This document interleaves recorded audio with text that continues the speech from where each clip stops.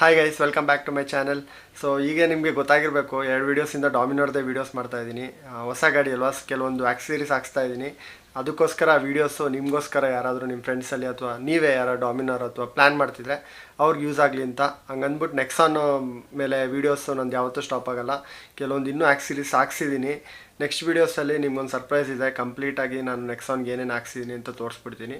So but ಈ ವಿಡಿಯೋಗೆ ಡಾಮಿನೋರ್ಗೆ ನಾನು 250cc ತೊಗೊಂಡಿದ್ದು ಗಾಡಿ.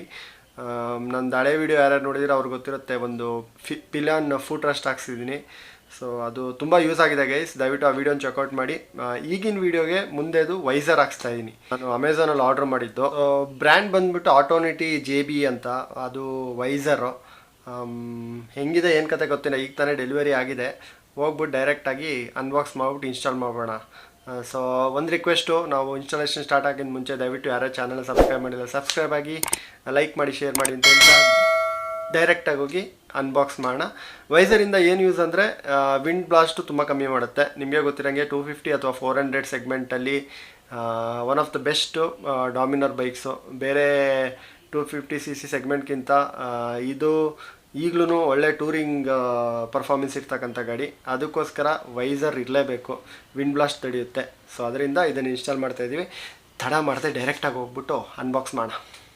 ಪ್ಯಾಕಿಂಗ್ ಸೂಪರಾಗಿ ಮಾಡಿದ್ದಾರೆ.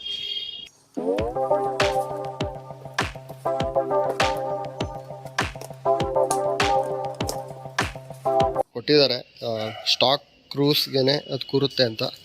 ನೋಡೋಣ, ಚೆಕ್ ಮಾಡೋಣ ಹೆಂಗಿದೆ ಈಗ ಬೋಲ್ಡಾಗಿ ಗಾಡಿ.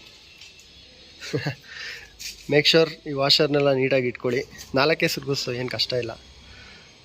ಓಕೆ, ಇಲ್ಲಿ ವೈಬ್ರೇಷನ್ಗೆ ಕಂಪ್ನಿಯಿಂದನೇ ಪ್ಯಾಡಿಂಗ್ ಬಂದಿದೆ, ವಿಚ್ ಇಸ್ ಗುಡ್. ನೋಡೋಣ ಫಿಟ್ ಮಾಡಿ.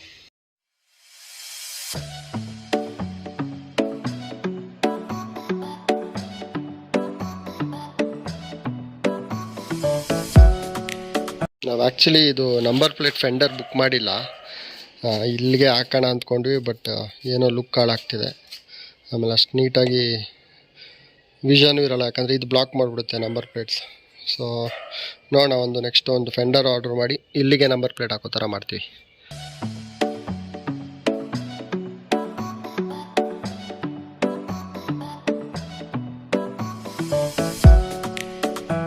A few moments later.